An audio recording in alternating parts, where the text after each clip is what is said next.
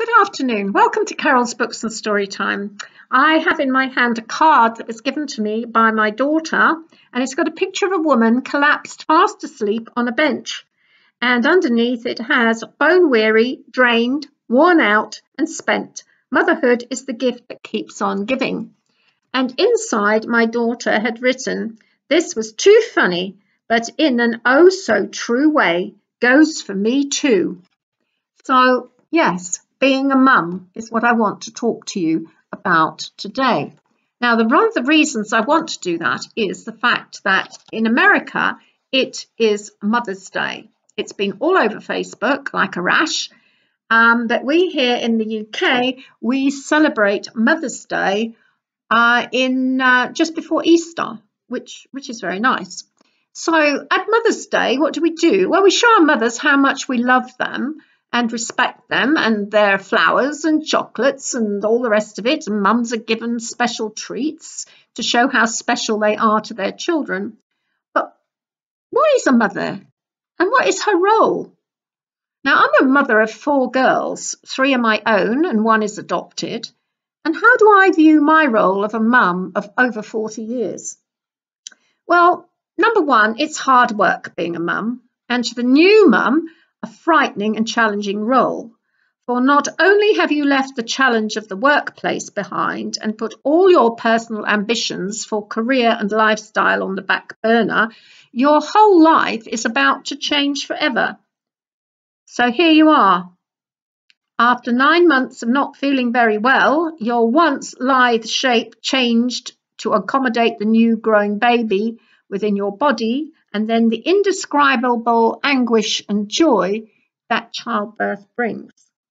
But oh, the joy of seeing that little person for the first time, and you realise that they are so tiny, they're so helpless, and they depend on you for everything. Suddenly, you're a mother. And the realisation is overwhelming. At 25, you are a grown-up, responsible person with a child of your own.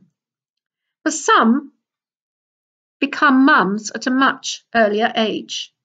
The youngest mum I've met was 13, barely out of nappies herself.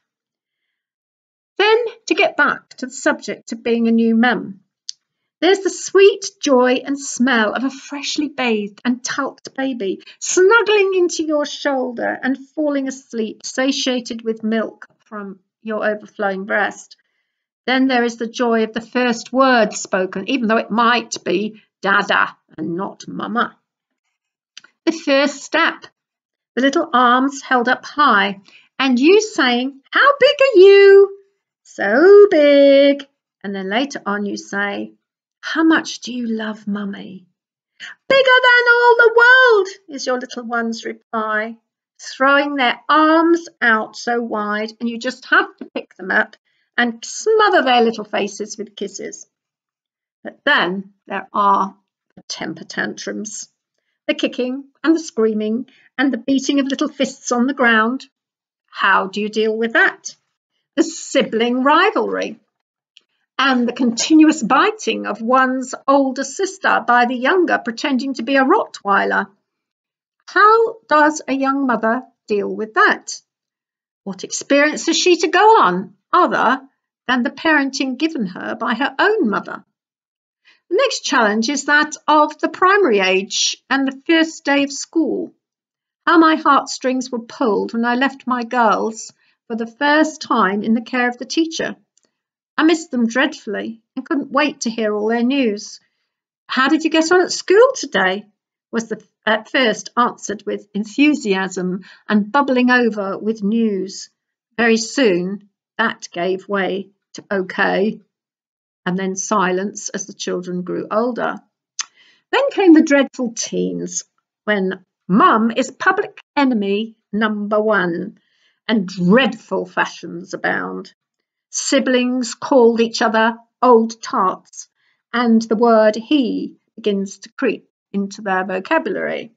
Mum becomes a taxi service.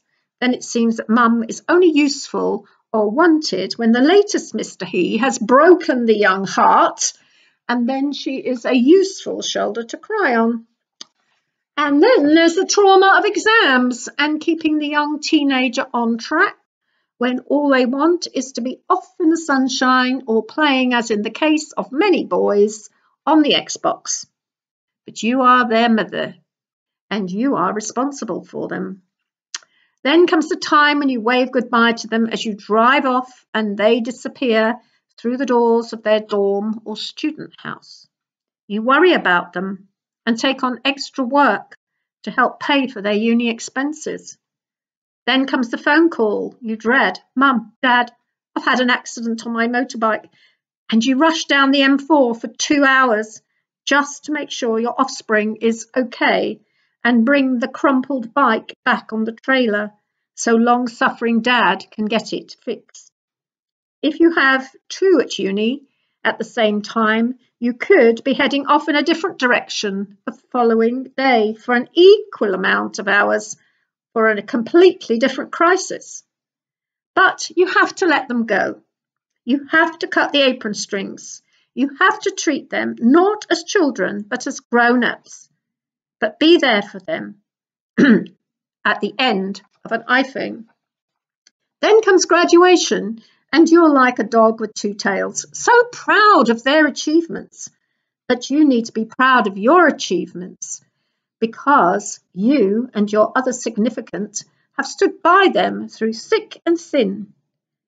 But is it time to hang up your hat, your mother hat? No, you can never do that. Even though they, in their busyness, might forget to wish you a happy birthday or forget to phone, they are still your child, your baby, and you have done a good job nurturing them. Now it's their turn to take on that role of mum and dad to a new generation. Well, I hope that's made you think. And my niece, Laura, gave birth to a beautiful little baby girl recently, and my sister became a granny. So, yeah, and they're special. Little babies are so special and so precious, but they're babies for life. They are not for Christmas. Okay. All the best with your parenting, and I hope that you enjoy your kids. Bye.